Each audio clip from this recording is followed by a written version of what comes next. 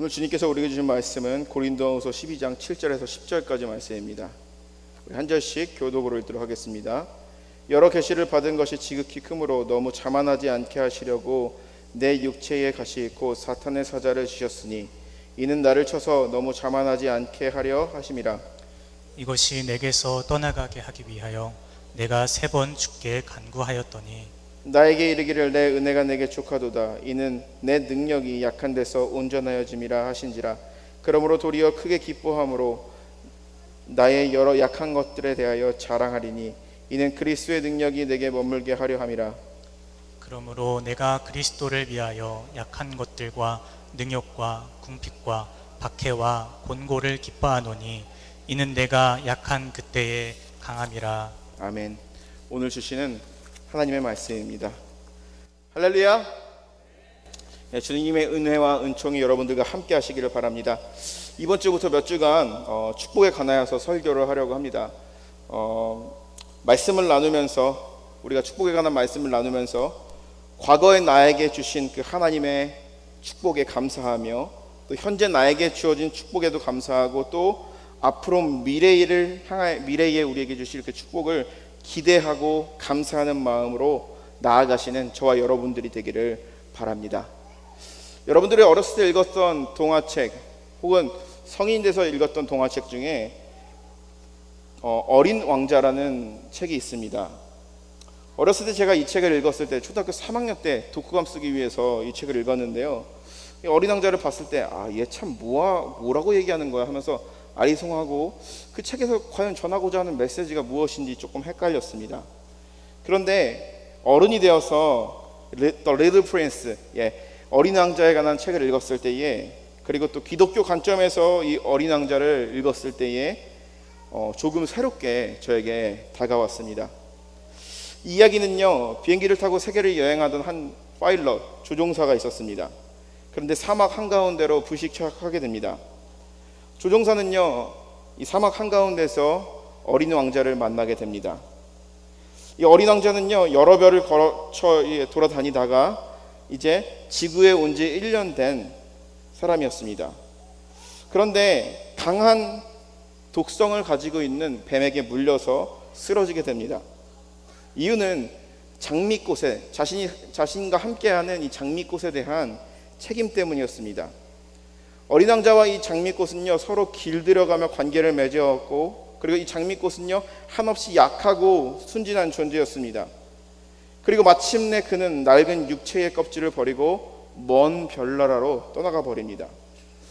이 어린 왕자라는 소설은요 예수님과 닮은 부분이 있습니다. 하늘 영광을 버리고 이 땅에 오셔서 장미꽃 가시와 같은 우리의 인생을 길들이시고 십자가의 독배를 마신 다음 하늘로 승천하신 예수님의 모습입니다. 이 책을 보게 되면요 또 재밌는 이야기가 하나가 있습니다. 어린 왕자는요 이 조종사에게 양을 한 마리 그려달라고 합니다. 조종사는요 이 어린 왕자에게 양을 그려줍니다. 그러면서 어린 왕자는 자신이 들은 이야기를 이야기합니다. 양은 닥치는 대로 아무거나 먹는 그런 습성이 있죠 라고 얘기합니다. 그리고 나서 어린 왕자는요 이 조종사에게 질문을 하게 됩니다. 그럼 양은요 가시가 있는 꽃도 먹나요? 그렇게 질문하자 조종사는 비행기의 엔진을 고치는 것이 더 바빠서 그런지 건성으로 그래 그렇지 하면서 이렇게 대답을 해 줍니다. 그리고 어린 왕자는요 다시 이 조종사에게 묻습니다. 그럼 가시는 무슨 소용이 있어요? 그러자 조종사는요 다시 이렇게 대답을 합니다. 가시? 그래서 아무 쓸모짝대기 없는 거야. 괜히 꽃들이 사람들에게 심술 부리는 거야 라고 하면서 어린 왕자에게 얘기를 하죠. 잠시 동안 정적이 둘 사이에 흐르게 됩니다. 그리고 어린 왕자는요 가시에 대한 자신의 생각을 이야기합니다. 조종사에게 이야기하는 것이죠. 그렇지 않아요. 꽃들은 약해요. 그리고 순진합니다. 그래서 할 수 있는 대로 자기의 몸을 가시로 지키는 거예요. 가시를 가지고 있으면서 사람 겁을 줄 수 있다고 이 꽃들은 믿는 거예요.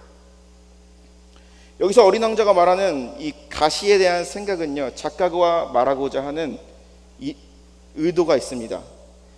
가시는 오히려 보호이고 축복이라는 역설을 말하고 있는 것이죠. 오늘 본문의 사도 바울도 자기에게 있었던 가시가 오히려 자신에게 축복이었다라고 이야기합니다. 가시는 어떤 것입니까? 찌르고 아프게 하는 것이죠. 가시에 찔리면 때로는 피가 나기도 합니다. 그런데 오늘 본문의 사도 바울은요, 고린도 교회 성도들에게 자신을 괴롭게 하는 이 가시가 자신에게 있어서는 축복이었다라고 이야기합니다. 오늘 읽은 말씀을 제가 다시 한번 읽어보도록 하겠습니다. 여러 계시를 받은 것이 지극히 크므로 너무 자만하지 않게 하려고 내 육체의 가시 곧 사탄의 사자를 지었으니 이는 나를 쳐서 너무 자만하지 않게 하려 하심이라. 이것이 내게서 떠나가게 하기 위하여 내가 3번 주께 간구하였더니 나에게 이르시기를 내 은혜가 내게 족하도다. 이는 내 능력이 약한 데서 온전하여짐이라 하신지라. 그러므로 도리어 크게 기뻐함으로 나의 여러 약한 것들에 대하여 자랑하리니 이는 그리스도의 능력이 내게 머물게 하려 함이라. 그러므로 내가 그리스도를 위하여 약한 것들과 능욕과 궁핍과 박해와 곤고를 기뻐하노니 이는 내가 약한 그때에 강함이라. 바울의 고백처럼 복음은 우리를 찌르고 우리를 괴롭히고 우리를 성가시게 하는 이 가시가요, 오히려 우리에게는 축복이라고 이야기합니다. 그렇다면은 가시가 주는 축복, 우리의 삶 속에서 우리를 괴롭게 하고 우리를 성가시게 하는 그러한 것들이 우리에게 어떠한 축복을 줄 수 있을까요? 첫 번째로요, 가시의 축복은 우리를 겸손하게 만듭니다. 사도 바울에게는 자신을 괴롭히는 육체의 가시가 있다라고 얘기합니다. 성서학자들은 이것을 가지고 끊임없이 논쟁을 했어요. 바울이 가지고 있던 육체의 가시는 과연 무엇일까? 어떤 사람들은 안질이라고, 다메섹 도상에서 예수 그리스도를 만날 때 눈에 대한 질병을 얻었다고, 그리고 어떤 사람들은 간질이라고 이야기를 합니다. 즉 사도 바울에게 있었던 육체의 가시는요, 분명히 신체적으로 불편함이었고 장애였다라는 것입니다. 그런데 보편적으로 바울의 고질병을 안질로 보고 있습니다. 바울의 서신서 곳곳에서는요, 바울이 이 눈이 불편했다는 사실에 대해서 이야기하고 있습니다. 특별히 갈라디아서 14장 15절에서 14절에 보면 이렇게 얘기하죠. 너희를 시험하는 것이 내 육체에 있으니 이것을 너희가 업신여기지도 아니하며 버리지도 아니하니 오직 나를 하나님의 천사와 같이 또는 그리스도 예수와 같이 영접하였도다. 너희의 복이 지금 어디에 있느냐?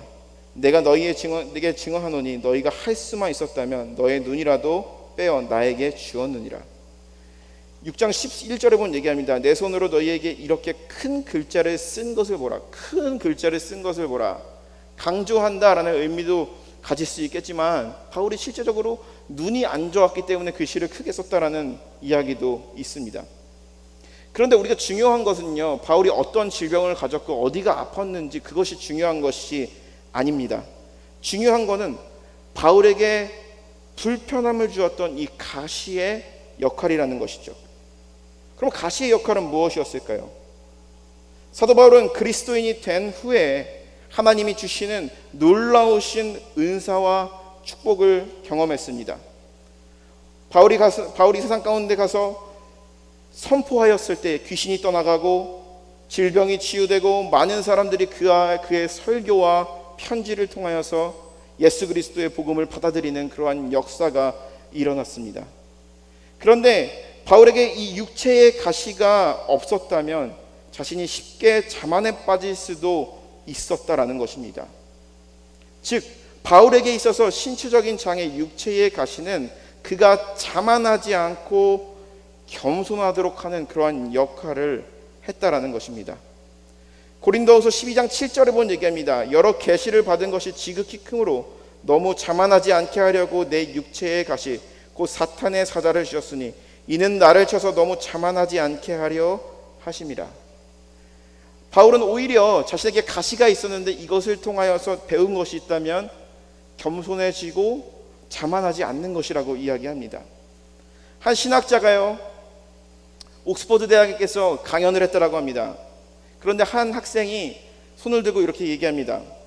교수님, 신은 존재하고 신은 선하다고 성경에 나와 있는데 왜 이 세상은 이렇게도 설명할 수 없는 고통스러운 일들, 악한 사람들이 존재하는 것입니까?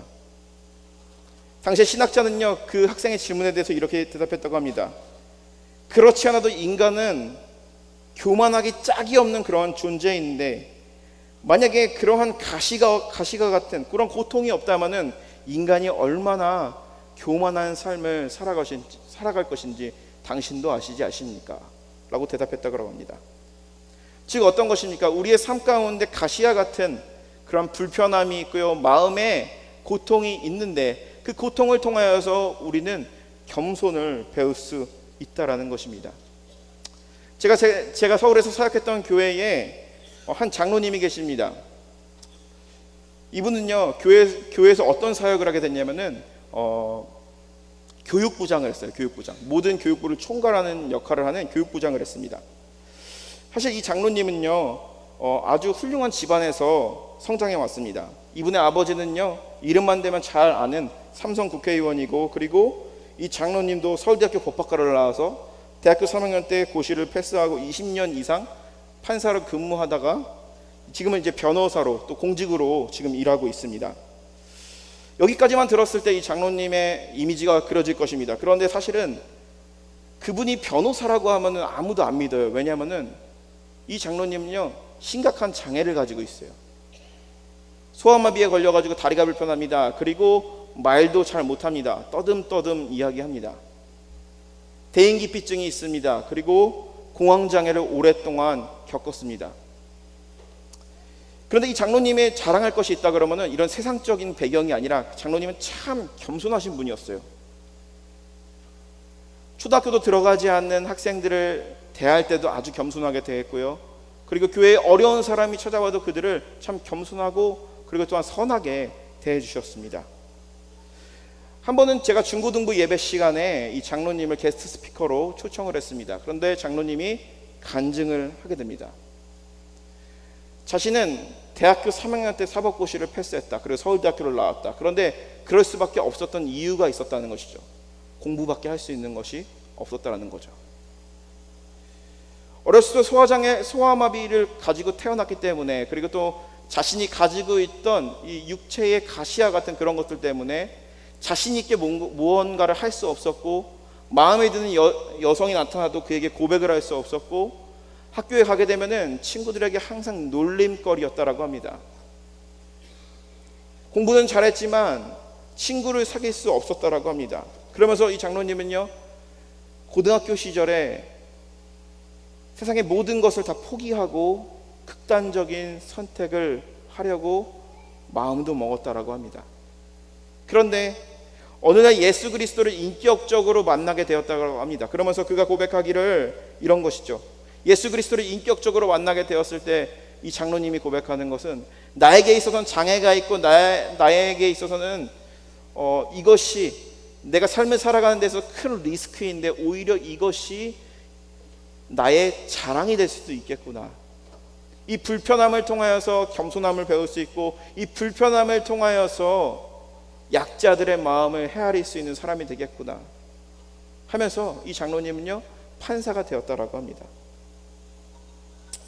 저는 이것을 보면서 이렇게 느낍니다. 하나님께서는 우리에게 육체의 가시와 같은 여러 가지 것들을 주십니다. 그리고 우리의 삶을 불편하게 하는 여러 가지 것들이 우리를 괴롭힐 때도 있습니다. 그런데 그것이요, 우리에게 있어서 우리가 받은 저주가 아니라는 것이죠. 그 육체의 가시를 통하여서 우리는 예수 그리스도의 겸손함을 배우게 되고요, 그것으로 인하여서 우리는 하나님의 은혜를 경험하게 된다는 것이죠. 시편 149편 4절에 본 얘기합니다. 여호와께서 자기 백성을 기뻐하시며 겸손한 자를 구원으로 아름답게 하심이로다. 아멘. 여호와께서 자기 백성을 기뻐하십니다. 그리고 겸손한 자를 구원으로 아름답게 하신다라는 것은 바로 무엇입니까? 우리의 부족함, 우리의 연약함, 우리의 삶 가운데 이러한 문제가 다른 사람들에게 드러내기 어려운, 그리고 숨기고 싶은 그것이 아니라 오히려 우리를 겸손하게 만들며 오히려 하나님을 찾게 하는 그러한 도구라는 것입니다. 바울은 그렇게 자신의 육체의 가시를 통해서 겸손함을 배웠던 것이죠. 두 번째로는 바울의 육체의 가시를 통해서 바울은 기도하는 법을 배웠습니다. 그리고 우리도 우리의 육체의 가시를 통해서 우리의 삶의 가시와 같은 것들을 통해서 기도하게 만듭니다. 고린도후서 12장 8절에 보면 얘기합니다. 이것이 내게서 떠나가기 위하여 내가 3번 주께 간구하였더니. 바울은 자신의 육체의 가시가 사라지고 고침을 받기 위해서 3번 간구하였다고 합니다. 3번 간구하였다라는 것은요, 아주 진심으로 간절히 기도했다라는 것이죠. 그것이 사라지기를 바랐고 그것이 자신을 고통스럽게 했다라는 것이죠. 예수님에게 있어서 가시는 어떤 것이었을까요? 한번 묵상해 봅니다. 예수님께서 십자가의 고난을 앞두고 겟세마네 동산에서 이렇게 기도하셨습니다. 아버지여, 할 수만 있거든 이 잔을 내게서 옮겨 주시옵소서. 그러나 나의 뜻대로 하지 마시고 아버지의 뜻대로 하십시오. 예수님은요, 자신의 삶을 살아가면서 십자가를 생각할 때마다 자신의 마음이 찢어지는 그런 고통을 경험했을 것입니다. 삶 속에 있어서 어떻게 보면은 자신의 마지막, 자신이 어떻게 인간으로서의 삶이 끝나는지 알고 있었습니다. 그렇기 때문에 너무나도 괴로웠을 것입니다. 그러나 예수님은요, 그것으로 인해서 간절히 그 소명을 붙잡고 나아가게 해달라고 기도하셨습니다. 예수님은 삶에서 가장 가시 같은 것은 십자가의 사명이었을지라도 그것을 받아들이며 그것을 위해서 전진하였던 것을 우리는 알 수가 있습니다. 우리의 인생에도 우리를 찌르는 뾰족한 가시가 있을 것입니다. 우리의 삶 가운데 우리의 살을 찌르고 뼈를 쑤시고 그리고 마음을 찢는 고통이 우리의 삶 가운데 분명히 존재한다라는 것이죠. 우리 마음속에, 우리의 마음에 정말 마음을 찌르는 그러한 기도 제목이 있을 것입니다. 그런데 세상 사람들과 기독교인의 차이는 바로 무엇인지 아십니까? 성경은 그리스도인은 하나님을 향한 믿음을 가졌기 때문에 모든 고통스러운 가시가 사라진다라고 말하고 있지 않습니다. 그러나 믿음의 사람은 고통스러운 순간으로 인하여서 기도하게 된다라는 것입니다.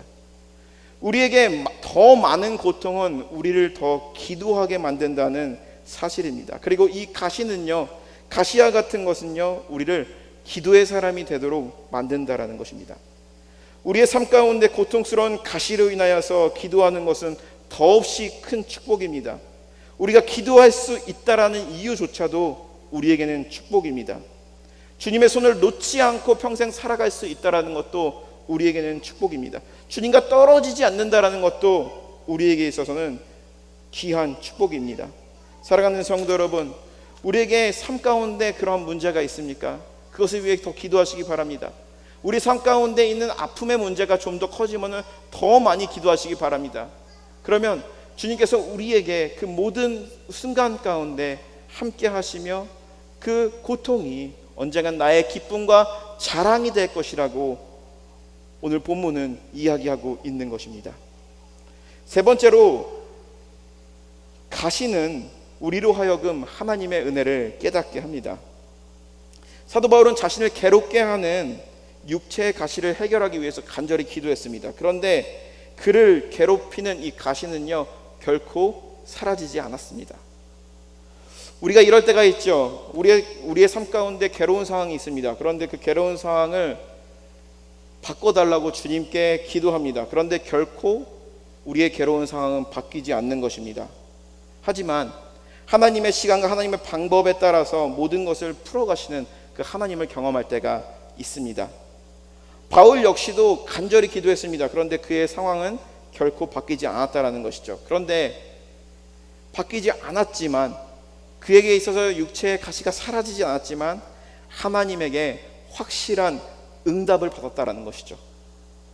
12장 9절에 보면 얘기합니다. 나에게 이르기를 내 은혜가 내게 족하도다. 이는 내 능력이 약한 데서 온전하여 짐이라 하신지라. 사도 바울이 경험한 은혜는 바로 무엇입니까?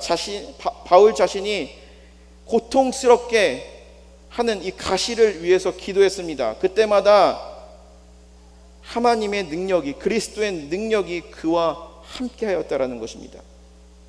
그러면서 이어서 얘기합니다. 그러므로 도리어 크게 기뻐함은 나의 여러 약한 것들에 대하여 자랑하리니 이는 그리스도의 능력이 내게 머물게 하려 함이니라. 여기서 말하는 그리스도의 능력은 가시를 없애는 능력이 아니라 가시가 주는 고통을 견디며 하나님으로부터 받은 그 사명을 수행하는 능력을 의미합니다. 다시 말하면 사도 바울이 가지고 있었던 가지고 있었던 이 고통은요, 여전히 그를 괴롭게 했습니다. 그런데 하나님의 사명을 감당하는데 이 가시가 전혀 문제가 되지 않았다라는 것입니다. 몸은 불편했겠죠. 그럼에도 불구하고 4번 이상 전도 여행과 그리고 또 복음을 전할 수 있는 사도로서의 사명을 감당했다라고 합니다. 자신이 가지고 있었던 불편함과 약점이 도리어 주님의 능력을 의지하게 되는 믿음이 되었다라는 것을 말하고 있는 것입니다. 그러면서 사도 바울은 강조합니다. 약함이 축복이 되었다라는 사실입니다. 10절에 보면 얘기하죠.